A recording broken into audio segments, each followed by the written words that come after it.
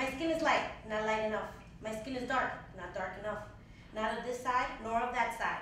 Stuck in the middle, no place to go. On November 7th, La Galeria Magazine hosted a phenomenal open mic event. Unlike regular open mics, it was interactive and relied on the participation of the audience and participants. Before the poetry was recited, the organizers engaged everyone with various icebreakers. Casa, the two people making the house are going to move and make another house for somebody else. So let's practice that. House, casa, go. Making every burn brawl, every rally for sexual freedom, every fight for equality, every word Bell Hooks, Patricia Smith, Asada Shakur, and my mother uttered, another sickening piece for a patriarchy juggernaut. Number 3. Well, I think there were a lot of issues that were touched upon tonight that definitely reflect the Dominican diaspora. So especially towards the end, you know, we had Inanna come in and talk about what it's like being a woman, right? And the issue of machismo is very, it's a very Dominican issue. So having her come up as a woman and talk about her experience and talk about power in this way is definitely something that is important for Dominican diaspora to understand. How dare you? My great-grandmother glowers at me as she watches from above all the pieces of me strewn across my bed. How dare you disrespect yourself? I did not teach you how to move your hips for this. She is angry, sad, and disappointed that I had to be royally screwed, ignored, left broken in the middle of my room, condom wrappers littering the floor, my dignity, love, the things I thought I stood for. To finally understand that my mother didn't raise me to play second fiddle to no one. Dedicated to my niece and nephews for when your daddy's left you. Taught me to be a man, to have a man to stand him next to and protect you. For when you ask me where your daddy is, I'll gladly give you an answer that will clarify what a daddy is. It brings a tear to my eye when I think of it. I could cry you a kiddie pool, little mine would sink in it.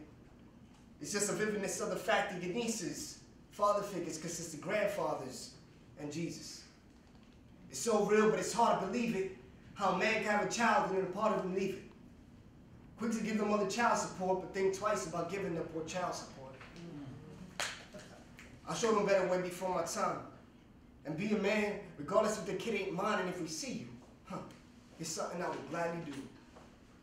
Say, that's your father. And then show him how a daddy do.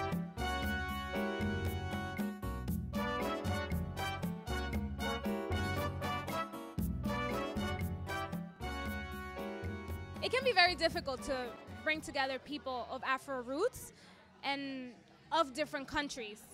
First of all, because there's this issue of internalized racism. So, for example, in Dominican Republic, although a lot of the Dominicans that you see here are Afro-Latino, it's actually a very diverse country. So when you go to the Dominican Republic, there are a lot of white Latinos out there, and there are a lot of people that also look like me, and then there's other people that look very different. And I think that because of these differences and because of the history of Spain coming into the Dominican Republic and colonizing, then there's this hate for being black.